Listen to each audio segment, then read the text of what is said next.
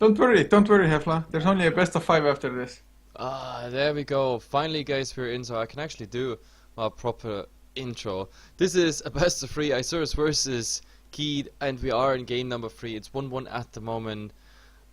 Tons of problem. There has been a Dota 2 update. There have been like some problems on the LAN with net. Like they talk everything in Brazilian, so I have barely any clue what's really going on. I'm so sorry for the viewers that actually wait for the games, and I can just tell you we are pretty much in the same position because we sit here. We have to somehow entertain you in between. Either way, we're in the game, so let's not complain. Let's just go.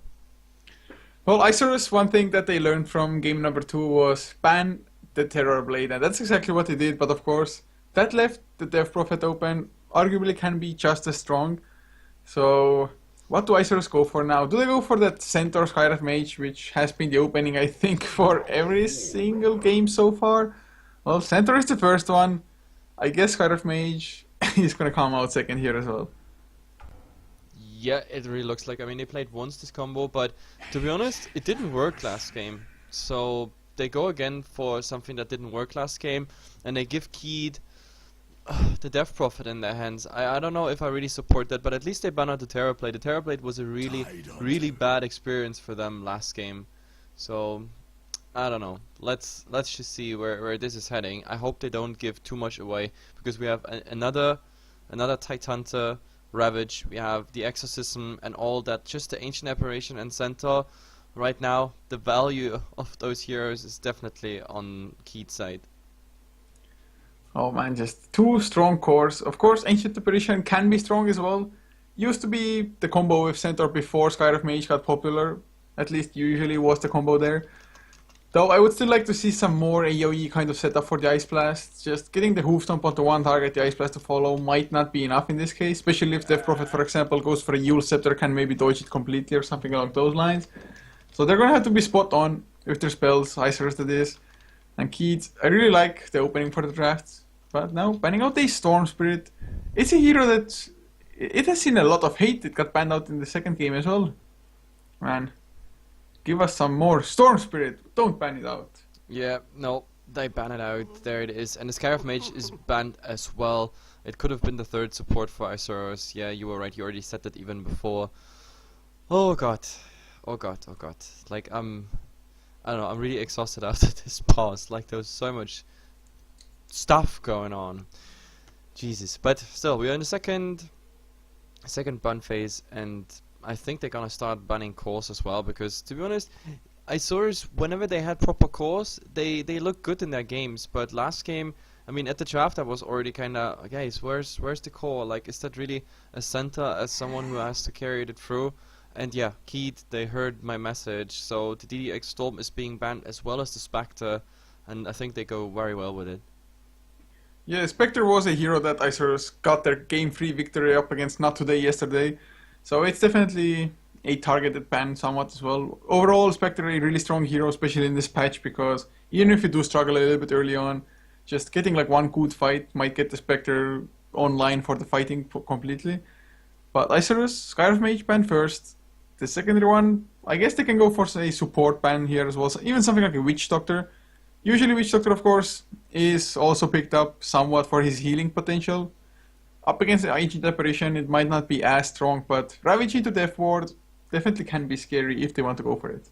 Yep, absolutely. And, well, they take all that time. I mean, they took the normal time, and now it's second down, 150 everybody got, but they are not quite sure what they go for. I mean, Ancient Apparition, the Void is already banned out, so you need quite the setup. Or we have that type of Ancient Apparition that is just fishing with the Ice Blast for something, and then you follow up. That's, of course, the way they have to go for now, unless we have something else. As I said, second game, I don't think they're gonna repeat it. I mean, they repeated at least the Centaur pick, but this time we have a core, and maybe they even gonna secure the core, like now in the third or fourth pick, because waiting too long with it, Keith might pick it themselves, because they need a second one, and they have one more ban available. Rubik it is for now, that's what they decide. I don't really know why, because to be honest, the Rubik would have been actually a nice ban for Keith. Stealing Exorcism, stealing Ravage, etc. These are high value steals. On the other side, I don't see what you could steal right now. Centaur spells are not too good for the Rubik except for your Stampede. Ancient Apparition, Ice Blast is all cool, yes. The rest is kinda meh. And Razor it would pretty much just be the same. But Razor is being picked up, and there we have our first core. Well, Razor definitely is a strong hero. It's decent enough up against Tidehunter. Tidehunter can't really outrun a Razor. But is it a strong enough pick? I guess it doesn't matter really what core you go for. Razor it does have the pushing potential when you go for the Aghanims. Depending on what kit go for next though, Razor might just have to go rush into the BKB. And the Venomancer is the pick for kit. That just makes it even more important for Razor to pick up the BKB, I think. But if you have to go BKB, you're not dealing that much damage unless you get like a full duration static link off at all times. So far I favor Keith's draft, but there are still 2 picks to come. Maybe they will surprise us with something. Yep, absolutely. And well, with the Venomancer, I definitely like it. I mean, I'm a huge fan of Venomancer. I love to play him because he's a nuisance. He's one of those heroes that are very versatile. I mean, you have a slow, you have damage over time, an additional slow even just by right clicking. That ultimate is still good. It stays up even when you use the BKB. Veil of Discord, Aghanim Scepter, you have a lot of items that actually can improve this hero. He's perfect for dewarding anyway, because all you have to do is like have vision and you just place your ward there. Other supports, they have to stay around, sometimes gets uphill misses and then they get just snacked away because someone has a Blink Dagger and just gets them. So overall, I just like this hero. Not to mention that he's a nice defense, like coming up against like 8, 9, 10 Venom wards. It doesn't look much like in a single ward, but if they sum up, plus the damage over time, it's quite something. Like many teams already underestimated it. And of course also offensively, planting those wards, it's always nice, just getting them up and hitting the tower, hitting racks, etc. It's very nice. But Wraith King is coming out on the other side. It's a hero that has kind of been forgotten, the Wraith King now. It used to be the most popular support. Whoa. But yeah, anti-mage, man. Yeah. It's going to be nice just because, first of all, you're going to have the spell shield to deal with that Ice Blast and Double Edge from the Centaur. Also to drain the mana from the Wraith King if it's really necessary for that. And all in all, just getting a late game carry. Anti-mage, he's not the best late game carry to be honest, if it really is, if everybody's 6-slotted already, but he just gets 6-slotted faster because he's so mobile with the blink. Once he gets the Battle of Fury, the rate of farm is going to be absolutely ridiculous. Yep. It's pretty much the same like the Terror Plate. Like certain key items have to come out, and then the farm is just skyrocketing. Plus, of course, like a Wraith King has been just picked, and Anti-Mage is there on the other side. The only good thing Isurus has is that this was a Wraith King on the 4th pick, which means if they want to, they can just condemn him to be a support Wraith King completely, and go for something else. That would be a nice option. That's what I like about Wraith King, because he's very versatile, as in he can be played in nice roles. You can send him semi-jungle, full support on the lane, roaming, or of course a farming Wraith King. Since we have an anti-mage now, I don't think you want to really go through with this, playing it as a core. So support Wraith King it is, 99% sure of that. I would think so. I think they meant it as a support as they picked it up as well, because up against Venomancer and Death Prophet, I'm not too sure how good a core Wraith King would have been. Might have just gotten kited around completely. But they only have, whoa, a lone druid to come out. Yeah, that's actually not too bad against anti-mage, I have to say. Like, if you really catch him and, yeah, entangle, stuns, etc. Yeah, I definitely like it. Plus, it's something you can siege. So far, there hasn't been too much push potential, except for the Razor. The Razor coming out, obviously, with his ultimate, but he needs an item for it. The Aghanim Scepter, with the Lone Druid, you have a bear, and actually we saw one Lone Druid in this tournament already. He was very, like, passive the entire game, but then he got so much farm that he was actually quite a valuable, yeah, hero all over the place. A Bane is coming out as the last one. Okay. Bane is, I think they would have gone for a different support, but Lone Druid came out, and Bane is excellent against Lone Druid. First of all, you can enfeeble the Spirit Bear, so he won't do just almost anything to the towers really with the sieging. As well as the Nightmare and Fiend's Grip, useful up against mostly anybody. Even defensive Nightmares can just make the difference when the Centaur jumps somebody. So I kind of like that pick. Although, or I guess actually Nightmare into Venomous Gale from Venomancer, they can even roam rather efficiently as the support as well. Yeah, you have the Nightmare into the Gale, into Gush. Yeah, but it's not the traditional setup you have for Bane, but it's something that you can take pretty much, how can I say it? I mean, the Bane is very versatile anyway, so working with those nightmares, having a Fiend script for a core, then later, I definitely like it. Then again, we have quite something that can interrupt the Bane, so getting a full Fiend script might be hard. I mean, there's Cold Feet, there will be Entangles, there will be Hoof Stomp, as well as a Ray Fire Blast. That's quite something to go against. Either way, guys, we are in the game finally, and wait, I'm just checking. All my overlays are fine, so let's see what we got. Introducing the guys, starting Dire side, we have Papita, this time again on the center, and we have DDX playing the Razor in the mid, Dota on his lone druid, fullback playing the Wraith King, and Nadara, last but not least, is the Ancient Aberration. And for Keith on the Radiant side, Gambling will be playing the support Venomancer, leaving Kawe on the Death Prophet. Somebody's changed his name at least. HFN will be on the Anti-Mage, leaving Tavo on the Tidehunter. And the last one is Pardo on the Bane. Man, the Death Prophet definitely had a different name in the last game. Yep, definitely, and I don't remember what though. No clue. I'm just checking what are they saying. Good luck. Grande amigo! Grande amigo. Okay, but let's see. It looks like 4 of them they're gonna head towards their jungle. Let's see. That would definitely be interesting to find something, because in the other game we had actually that was the Death Prophet getting the first blood. Yeah, that was the Death Prophet getting the first blood. That was game number 1. That was a really bad start for Keith start. In the second game they were super passive, just holding back, and they were like, hey, we farm. For Keith's side, I understood that because they have the Terror Plate, and this time it's another game where you have to stall time and make sure that nothing else is happening. And the good thing about Keith's lineup is they have a mix of everything.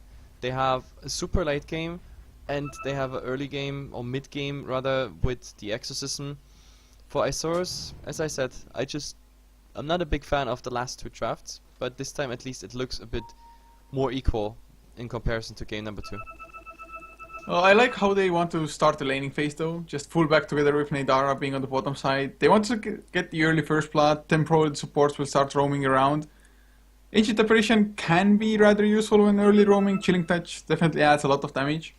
Doesn't really help the Wraith King close the gap though to get the Wraith Fire Blasts actually off, but they can definitely set up an easy first blood if they catch somebody off guard, and they should just stay in the trees and kind of hope for the best.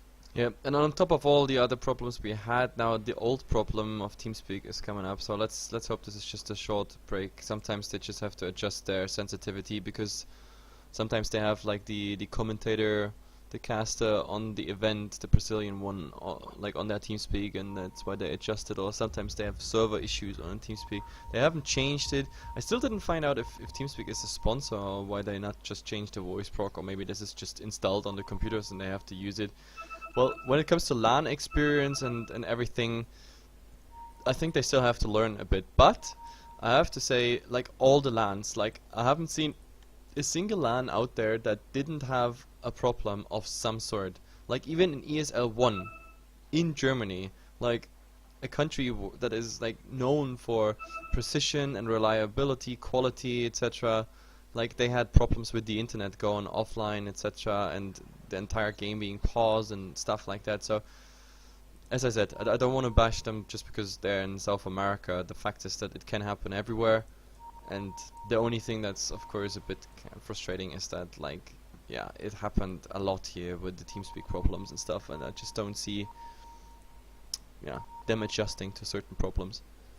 You know, it really does happen to literally everybody. I was actually rather disappointed that at TI4, at least the beginning for the group stages, there were a lot of just sound issues, which is kind of the easiest to fix, the sound levels of the casters and whatnot. It really felt like they didn't even test it out before just going live with the streams, which a huge letdown when you're playing for like $11 goddamn million. But in any case, we have unpaused, and well, no action coming out this time. They're just gonna camp the runes. I mean, like Keith, they're definitely gonna go for that bottom rune, even though on the other side here we have the center already heading for it. But we have to be careful. The funny part is, in some games they completely ignore it, in other games they really start a fight just for the first rune coming in there. And yeah, Anti-Mage is the one. He could need a bounty rune, but it is an illusion rune. That's even better. but yeah, the illusions are just nice if you have mana break right there. But no, he didn't even skill anything up yet. But the D-warning is already coming out. It's the Venomancer, but he needs 2 more hits on that ward. So at the moment, there it is. 50 gold. Illusions were there as well. And fullback, he's like, nah, I'm not going in there. I think a pretty huge mistake was made at the moment as well by fullback. There was no way he could actually stop the D-warding from happening. So I think they still just should have hit themselves and go for the first blood. But suddenly now the lanes are rather obvious from Isurus. So I think they just gave away a huge opening there. Yep, and directly Papita gets the Enfeeble on his head, and also on the other side. Like, actually, when it comes to reducing damage of Isurus, they have like the Anchor Smash plus the Enfeeble. Oh, but they want to go here on the Venomancer. This might actually be our first blood because of the chilling touch damage. It is too much. They already die. But the Anti-Mage, he's gonna get that go on the Wraith King. So they get their revenge kill after all. Still, the first blood bonus goes to Isurus. And instantly, both supports being back in that lane, they know there might be even more action and they're going for it. I'm not too sure if Bardo actually should have skilled the Enfeeble early on. I guess you really want to prevent the center from last hitting, but I don't think it's that big of a threat really. Oh, it so actually if he had waited for it and gone for Nightmare, he might have just turned it around and not give away the first blood like that. I mean, when you talk about the fight specifically, yes, I might actually agree with you. When it's about CSing as center, the biggest problem about center, and that's why I don't agree with you anyway about the center like carry build sort of. The problem is he has 28 damage. He has 28 damage when you enfeeble him. That's just a level 1 enfeeble. And if you ever try to last hit something with 28 damage, then you know why this is just imbalanced. Like, I mean, look what he's doing. Like, he's missing CS because of that. Tons of it, actually. So, in my opinion, it's definitely worth it. When it comes to late game, I find it actually interesting because that Tidehunter being somewhere in a cluster fight, plus an enfeeble on one of the heroes, there's barely any damage left. Like, Anchor Smash plus enfeeble, you pretty much hit for nothing anymore. Well, you can only use it onto one target, and probably Enfeeble most likely used on the Lone Druid, or the Spirit Bear rather. So we'll see how effective it can be. It's definitely a strong combo if you land it on the same hero, but we'll see if they can actually make it happen as well. And so far, the tri-lane from Keith, they got that one counter kill. Anti-Mage still staying rather far back just in case. Has the blink level 1, but actually Pain is level 2 as well, so he's going to be able to skill out Nightmare or Brain Sap, whichever one he needs. Yep, but if they ever catch Ancient Apparition with a Nightmare into Venomous Scale, it should be really an easy kill, to be honest. And top, to be honest, the Tidehunter, I mean, he got 12 CS, but the Lone Druid leading by a tiny bit. The problem is that over time, the Tidehunter can't really stay on lane. That's the biggest problem with the Spirit Bear at the moment. I mean, usually you'd think the Tidehunter has like a good stand in there, but he doesn't. Like with the Orb of Venom and the Bear just harassing him all the way. Like really good micro at the moment coming out by that Lone Druid. I definitely like it. Preventing that Tidehunter from getting more is definitely what he needs. Plus the ranged form, so he can get tons of harass, and not to mention that the Tidehunter is completely out of region at the moment. Oh, they get the stun onto HFN, they need the hooves now to follow it, they actually get it as well, double edge, they get the kill onto an anti-mage. Such a hard target usually to bring down, but no defensive nightmares, no nothing to come out. And just, that's a really painful kill for Keith. They need this anti-mage to just at least get a decent amount of farm. Yep. Definitely. I mean, what you need to do this game. Oh, but top! Look at this! There is Mr. Tidehunter, and he is going down. There is no stick, no nothing. One more right click is needed, and yes, all the harass damage of Dota, it worked out. But oh, in the mid there, oh, a ton of damage stolen. But oh, he's turning around. He wanted to man fight, but now with all this damage, he's bottling up. One more hit is needed, and yes, with a double damage, that's absolutely worth it. Getting one more CS, but then he has to go ASAP. At the moment, we are looking at a case where Isurus, they are more or less winning every single. I guess bottom lane and mid are rather even still, since yes, Razor got the kill, but otherwise behind in last hits. Yes. But man, this is not looking too good for Keith at the moment. Of course, Isurus, they need to keep it up. They need to get the blink there going on the center. And of course, they need to keep on just killing the anti-mage. Look how they're driving them back, and now anti-mage already has the blink back. They're diving behind the tower, like not off aggression, just showing themselves and that they can and want to go for something. I definitely like that. It's especially on the anti-mage. By the way, the anti-mage, like what kind of cosmetic is that? Like, Jesus, he looks like, hey, I want to be Faceless Void. I'm not looking at anything. I don't have a face. Like, seriously, that's kind of. Either way, Dolce, he's doing fine. Level 6 on him, and that Titan, he will just stay around, get XP, but at the moment Dolce almost has like entire level experience advantage, and 3 kills now on Isurus. Like, the draft-wise, I definitely still prefer Keed the longer the game goes, but this time at least the start that Isurus has is good. If you remember game 2, they had like the earlier, more active. Oh god, they wanted to smoke. Sorry, I have to interrupt my train of thought here because they smoked, wanted to go for the river line, but Mr. Banana here, he completely screwed that up. A little bit unfortunate, but I really think that Isurus, the reason it's been going so good for them so far is their laning. Especially actually, the slow comes out onto fullback, but the Brave Fire Blast is there. The Rune spawns as well. Actually, it's an Invis, and what gambling? He still gets to pick it up, although he was stunned.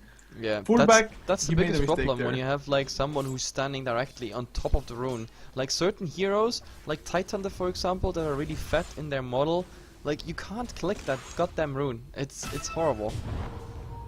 So unfortunate, but Venomancer actually has 8 stick charges as well, so it doesn't even have to go all the way home. Has a Clarity plus another Tango as well if need be. But at the very least, you can still see that Death Prophet, he's number 1 in last hits, although he died, gave away a kill to the Razor.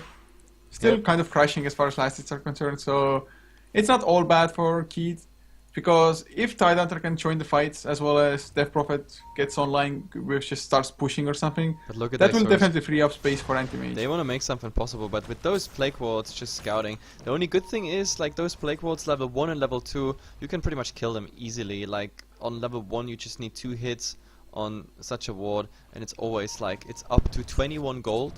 Like I think the value is 14 to 21, and that is of course always good news. Like for supports it's a tasty 15 gold. 15 gold you would under normal circumstances never get.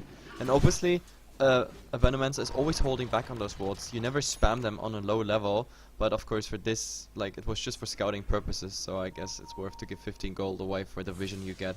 Either way, this time the supports are rotating again, no more smokes. The one that got interrupted is pretty much the last one, or was the last one on them. But let's see. I mean, Dolce is still farming. That's the good thing. That's really the most important thing at the moment, I think, for ISG.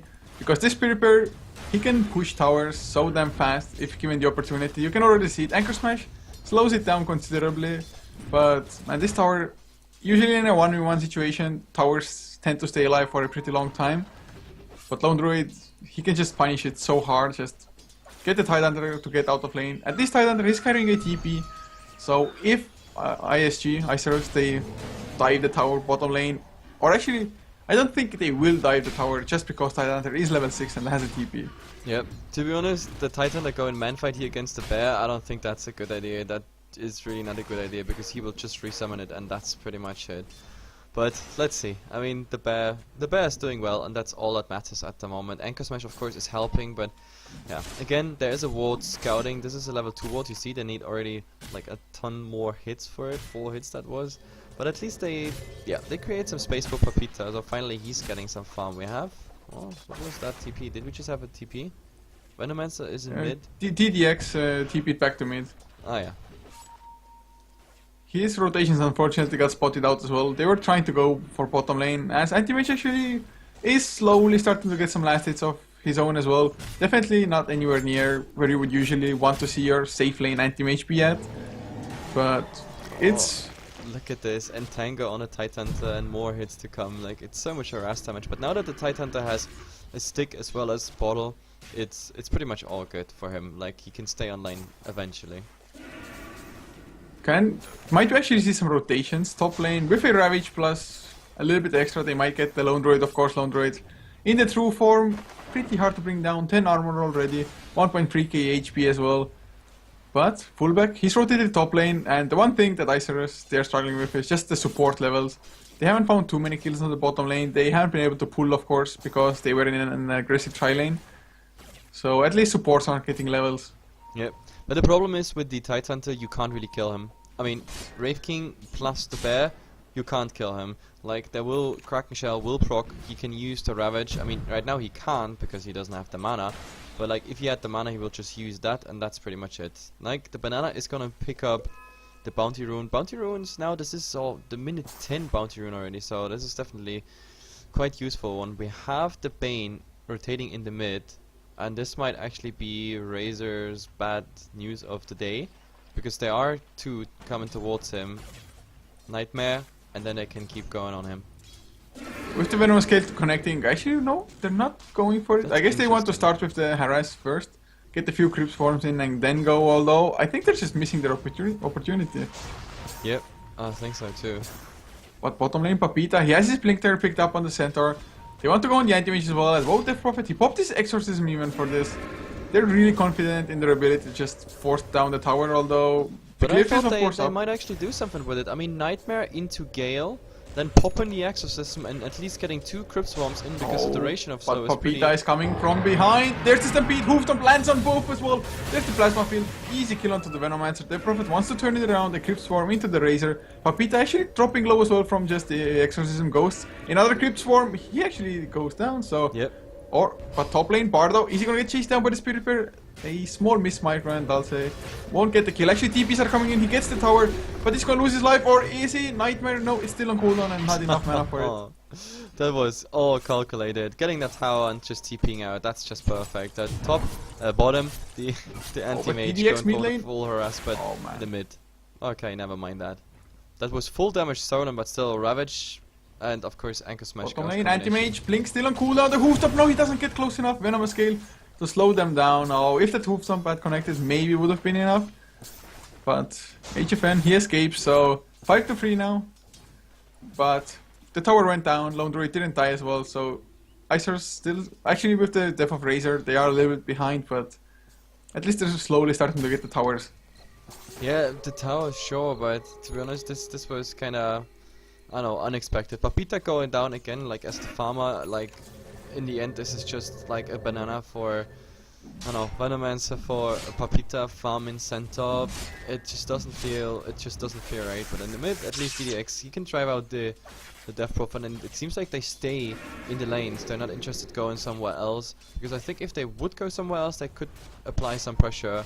For example, top, that would be. But no, let's see. I mean, the Titan is coming in, some harass on fallback, but that's about it. Now we have Fraser. He might want to rotate on that Tide and get the revenge. Oh, there's the stun to come out. Can they get the Entangling Claws as well? Not yet, but 3 right clicks, 4 right clicks, come on, 5. Nope, no Entangling Claws. Where's the bash, man? Where's the bash? Not still coming out, but DDX, he's gonna clean up the kill anyway. That was unlucky. Like, the RNG definitely not on his side here.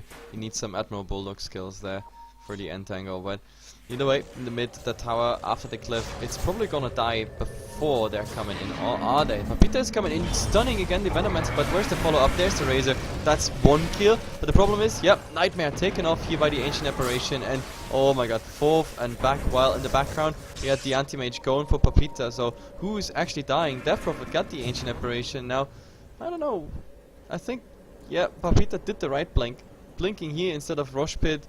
That was the wisest choice because the anti-mage really wanted him. It was really smart by him indeed. I guess most people would have tried to blink somewhere where they can keep on running, but just blink into the trees where there's no vision. Anti-mage, man, if he had blinked after that, it would have been such a sick, lucky guess.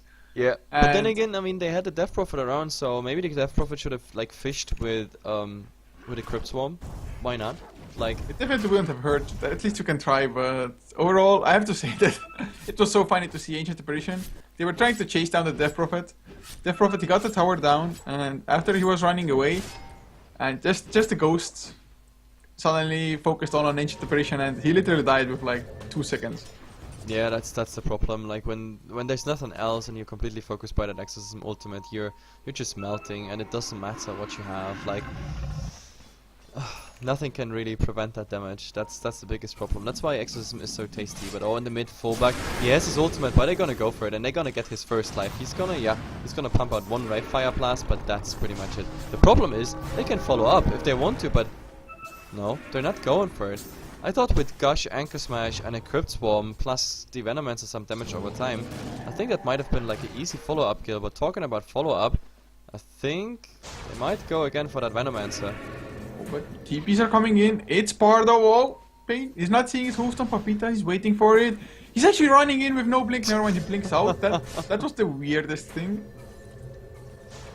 Okay. Yes. I don't know where this one was leading, but Spain's rotation here completely screwed their little smoke from the side. In the end, Ancient Aberration has to go back. At least Dota is farming a bit. His next objective will be the tier 1 tower bottom, and that's about it. Anti-Mage, they kind of mirror swapped here. But we have an Ice Blast actually coming up, but the Ice Blast is not hitting on the Anti-Mage. Oh god, he was completely sleeping now, and Papita completely out of mana, but he's not chasing him. So he's just like, okay, nah, I just want to farm. Oh, Pardo is coming in with Kawe. They have the Fiend script as well, but Isurus they back off in time. And to be honest, I really thought that the Ice Blast will land. It looked like he's just on the edge of the animation of the Ice Blast, but not to be. So everybody keeps on happily farming away. And Anti-Mage, how far is he from the Battle Fury? Not still a bit. Like that's a broadsword almost done, but yeah, then another 1,400 for the Claymore. So he's not quite there yet. 60 minutes in, it will be still okay-ish timing. And I don't know if he's going for some lifesteal build, but if he goes, then from there on he will be pretty much unstoppable. He just has to avoid like those blinkings. But talking about it, have some rotation into that Exorcism bottom, but apparently Death Prophet stays around, getting some more damage done on the tier 1 tower, but that's pretty much it. Yeah, I think Centaur would have jumped in if the Ice Blast had connected, but Death Prophet he backed off, or rather he didn't back off, he went aggressive, so Ice Blast didn't connect because of it. And Exorcism level 2, such a strong ability already, but of course every single tier 1 should have a glyph, which happened now as well. So they do defend, but tower, it's slow enough for Key to just come and snatch it. Maybe an Anti-Mage backdoor it at some point.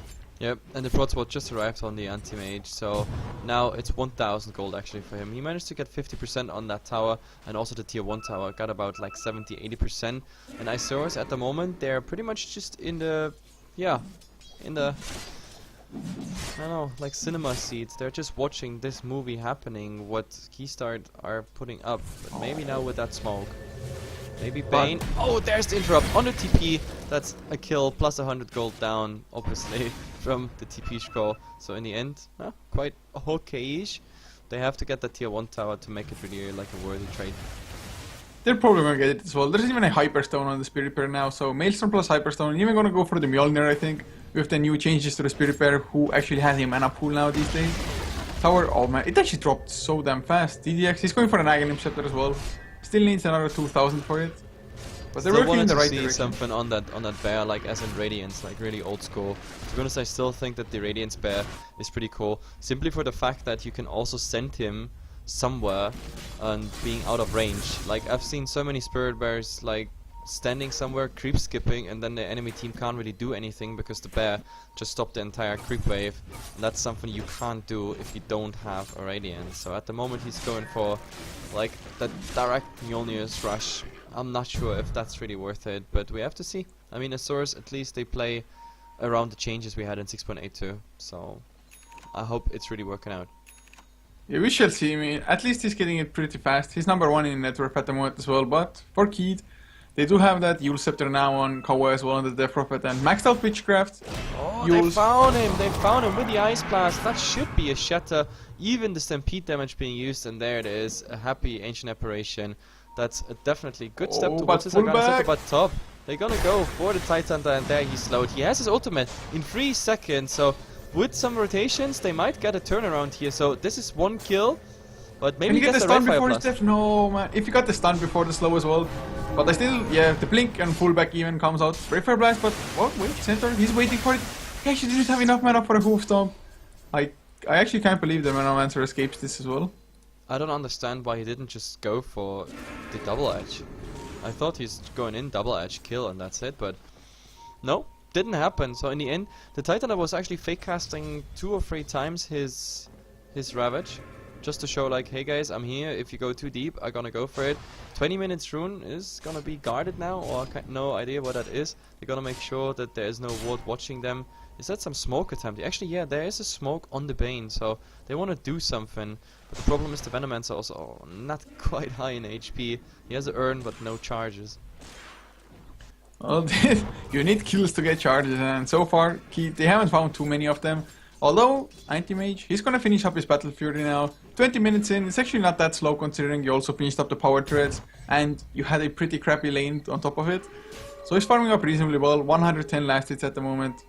So I really think that Isurus, they kind of have to crank up the pressure, start going for something more, maybe get Roshan and then go for towers, but they need something to happen in their wage. Otherwise, Anti-Mage is just going to take over the game at some point.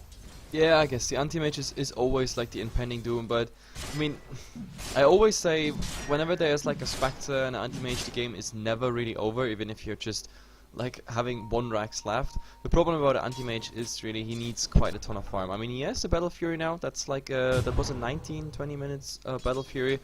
From now on we have to see how fast the farm is coming. If Isurus starts to push, then of course also the farm territory of the anti-mage will be reduced, and also for split push, if you only have like a naked Battle Fury, if that's really everything, then you're also easy to gank. I mean, 1 stun, an Ice Blast, and you already shatter. That's the biggest problem at the moment. So let's see where he's finding farm. He didn't go for any lifesteal, not yet. He has 700 gold. Top, there's an Ice Blast flying. But yeah, this tower, it's definitely going down. The Ice Blast is just hitting on a Titan anyway, but on mid, that Bane. There, he's gonna pay for his attempt to deny this tower, so he's definitely down. Ooh, but they want to get more. Oh, Yep. That's a gem as well. That's huge, actually. Can somebody pick it up? Fullback gonna drop his Iron Branch. That is so huge. They traded towers, but 2 kills plus the gem. Of course, Value Iron Branch lost. Death Prophet at least trying to go for more, but Exorcism ended, so he shouldn't be able to do it. Especially since Spirit Bear, well, he pushes so ridiculously fast, and he's actually going for AC, has it finished now as well, flying out. So no Mjolnir AC. I like that decision better actually as well. That will mean that they can just get buildings that much faster. Yeah, but I don't will like they go what high Keith is ground this? doing here at the moment, because they trade 2 towers for maybe more, and oh, Papita is jumping in with the Ice Blast coming. Anti-Mage, he will definitely shatter, but he gets his ultimate off just before, so let's see, there's the shatter, and let's see if they get more, because Ravage was already out. There's the silence on fullback. Oh, yeah. Tidehunter, he's gonna manage that blink and just TPing away. Still, this is Papita for Anti-Mage and 2 towers, and that means now a free Roshan for Isurus. I don't think they're gonna spot this out, and if they do, they don't have an Exorcism, they don't have a Ravage. That is perfectly played by Isurus. They know exactly all the cooldowns, and yeah, what else can you ask for? Roshan where nobody can stop them. It's definitely a good choice for them. As TDX also finishes up his PKB now on the Razor. So I really think get Roshan, send the Spirit Bear back to regen up in the base, and go for the high ground at the moment. Since what can Keith actually do? Or maybe try to go high ground, bait out the Exorcism, back off. Once Exorcism ends, then go. They should know that Ravage is still on cooldown as well for a pretty long time. And well, immediate smoke after Roche. I just love that move overall. Yeah, I always love that. Like directly out of the Roche pit. Oh, they're gonna find someone in the mid and... First hit, Entangling Claws, man. Whoa, ouch. Oh, but they didn't even need that one. Like, Venomancer had no chance to escape. The only chance as a Venomancer is that you do... Ooh, what am I doing? Opening the shop here. I don't want to buy something. But no, the only chance you have as a Venomancer is you get rid of all your spells, all the spells you have. But I think he didn't even have enough mana for that Poison Nova when he died. So either way, it's 5 and 13. Isurus, like, yeah, they make a good start, I have to say. And now we have to see... Oh, Tidehunter in an awkward spot, but he has a Blink Dagger, so everything's alright for him. So we have to look at the graphs. I think it's time. 4k in experience, okay. I thought it's a bit more with all the kills, but when we look at gold, oh, they're working towards a 10k lead at the moment. Oh my god, look at this Fiend Script. They're gonna get him. That's an easy kill. I don't know what Papita was thinking, but this is a tower and the easy Papita kill. I don't know why. Jumping actually, alone. Do you think Tavo at the moment is staying there just to cancel the TPs with the Ravage that are going back home? If it is, it might be just absolutely wonderful because Exorcism is there for Keith. It would have been such a just crazy, like, mad scientist move, kind of. Play? $1 million dream core play? Because I think with the Exorcism and just Anti-Mage everybody pushing top lane, they could have even gotten Rax if they just stopped like 2 cores from TPing back. No, I wouldn't say Rax, but tier 3 tower, definitely. I mean, the cliff is down, so that's definitely something, but oh my god, look at this. There's the big fat Poison Nova shot. They're still gonna get that Venomancer, but they have to be careful with all this damage. It's quite something. Gale... Ancient Aberration just keeps on going with the haste rune. He doesn't care. He's even holding the gem. Like, where the hell is Nadara going? Oh, there's a nightmare maybe on him, but wait, he has a blink Blink. dagger. Oh, the blink ravage! It catches 3 heroes.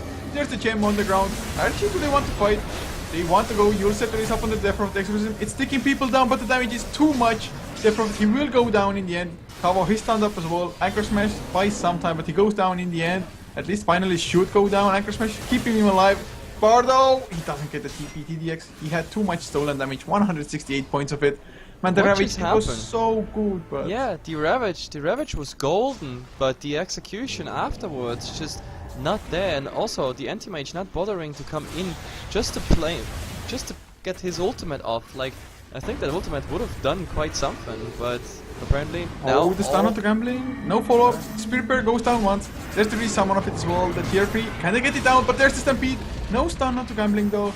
Hoofstop was already used. And actually Papita might go down. Do they have stuns? Yule Scepter, oh, still on cooldown. Oh, he's fine. There's some damage over time ticking on him, but no, 717. They capitalized on it really fast with a precision strike. It's only a tier 3 tower, but yeah, it's a huge step, a huge leap actually for Isurus here. The anti-mage obviously farm, and he doesn't want to get involved. He has his Manta done now, and he is on a good way actually to get his what did I just say? Did I say he has his Manta? I mean Yasha, and he's he's on a good way to finish his Manta. 2100? No, 2100 plus the recipe, yeah. So he almost has it. He's pretty damn close. It's definitely gonna help out because you blink next to somebody, Manta style, and the mana break will just wreck almost every hero apart. But still, I guess what do you that's say why about Lone Druid the- is so good. What do you say about the Blink AA? Like, I totally forgot that because of that huge fight. I mean, Tidecenter completely interrupted my train of thought, but the hell? This is, I think, the first Blink Dagger Ancient Apparition I've ever seen. Those Argentinians, they're just crazy. I think I might have seen some, but definitely not a common thing, and I'm not too sure how necessary a blink in this game actually is, because in Ancient Apparition, you're gonna stay at the back lines anyway, or at least you would want to usually. Oh, Papita though might be in trouble. They have the Fiend's Grip, and oh no, Fiend's Grip, he gets the blink out. In the meantime, fullback, he just gets a kill onto gambling solo. I think it was even by the Brave King. Has a Maelstrom finish now as well. That I like the transition of fullback. I mean, they had a tri-lane, and it looked like Papita is the farmer, but Papita is just going for, yeah, the typical like playmaker build with the Blink Dagger 4-star in out, however you want it, and fullback having like a really good start, and he started to transition into damage after the Blink Dagger, so I definitely like that. But now, Like an Scepter, Eye of the Storm, the Glyph comes out, but Death Prophet, he already popped his ultimate. now they just run Huge- away. This is Huge bad mistake, news. Death Prophet. This is a bad exorcism. Like, that's all they wanted. Cliff is out, exorcism is out, and with that, like, the problem is, in comparison, the ultimates in comparison at least, this is a 60-second cooldown. The exorcism, that's way longer, my friends. 135 seconds, that's more than 2 minutes. So in theory, if they want to, they wait till that ultimate ends, and they go for more. The only thing Oh, that should- gambling, another Rayfire Blast, is it gonna be enough? Cold Feet comes out as well with the Chilling Touch to help. Nightmare just a little bit too late. Another kill, no buyback on the Venomancer. This is really bad news at the moment. Like, Anti-Mage sure is pushing, but Isurus, I think they can finish those mid-racks now. Like, the No, Ravage no should be Glyph, ready. no Exorcism. Yeah. Man, it's gonna have to be like a 5-man Ravage into 5-man Mana Void or something. And Brave King, he has double life anyway, unless Anti-Mage comes in with his newly acquired Meta style, but Yep, when he that's racks it already. down and... That's it already. I mean, the only thing they traded was the tier 1 tower bottom. Anti-Mage is still pushing. There's an Ice Blast flying, helping obviously. But yeah, they got what they came for. They get it, and that's pretty much it. Ice Blast, of course, slowing Anti-Mage down. He's TPing out. But yeah, tier 1 4x, definitely a trade in favor for Isurus, no doubt. And we're gonna underline this with some numbers. 7,500 here in experience at the moment for Isurus. This is 29 minutes in. Gold, however, is a bit bigger. 12k.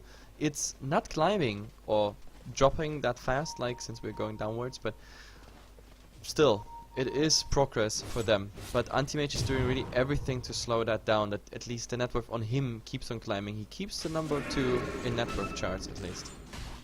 It's definitely a good point for Keed, and if that was not the case, it might just all be but over. At the moment though, it's still hard for them to fight, but with a huge Ravage, with the Exorcism to follow up with the damage, and of course Anti-Mage getting bigger and bigger, if they can actually get a 5-on-5 fight, it should be fine. Just last time around, they really weren't in position to defend. Didn't have action, but Oh, fullback. they found someone. Oh, that poor Death Prophet. That's the second stun. Even the Scepter can't help you there anymore. Anti-Mage just saying hello. Actually, oh, he's going for that fight. And no mana left on him. That was a nice little play. But I think now he has to head back. There are too many. The illusions, obviously, they're gonna annoy Pepita. But oh, they're blinking. But the problem is there's so many people. So many people surrounding him. Another blink is ready. Where is he going? Do they see that? Do they have something to catch him? No. There's no blink dagger available. Papita was out of mana anyway, because those illusions apparently way faster than he is. Oh yes, anti-mage. You can see that only the meta style is so damn much if you're dealing with, well, a Great King. You're gonna get drained out of mana so fast, and he has a magic stick, but he needs full charges on it to actually, for it to be effective. Plus, you need to time it correctly as well on top of it. But Spirit Bear, he's picked up a Monkey King bar. He is dealing so much damage, especially to the buildings. Yep, I definitely like that. Like Monkey King bar already, like the minus armor from Assault Cuirass and Maelstrom. Since the bear has now mana pool, I think he can pick up like easily here Mr. Voidstone without any problem. So why not going for it? Actually, the first Mjolnir comes out on Mr. Wraith King now. Okay, also interesting. Definitely gonna just help out overall with having the static charge on anybody really. Yep. Can completely kill the supports, although Venomancer not that squishy to be honest. Bane with the Brain Sap, if you can get it off, can get some nice health back as well, but other than that, 800 HP. So far the Bane... Oh, Anti-Mage, you don't want to be farming here. He's looking if he finds someone. Oh, Quelling Blade. If he knew that Papita was here, maybe is he jumping on Papita? What is this? There is with a the Fiend Script, it should be an easy kill, and there's the Fiend Script coming out. Mata Style even activated. Easy kill on Papita, just look at him drop. Will there be counter kills though? Fullback, he's coming in, they're going to get Bardo for sure, I think. No defensive Nightmare, tried for it but couldn't quite get it. Ice Blast comes out. Yep. At least they get the revenge kill. Still, for Anti-Mage, obviously this is better news.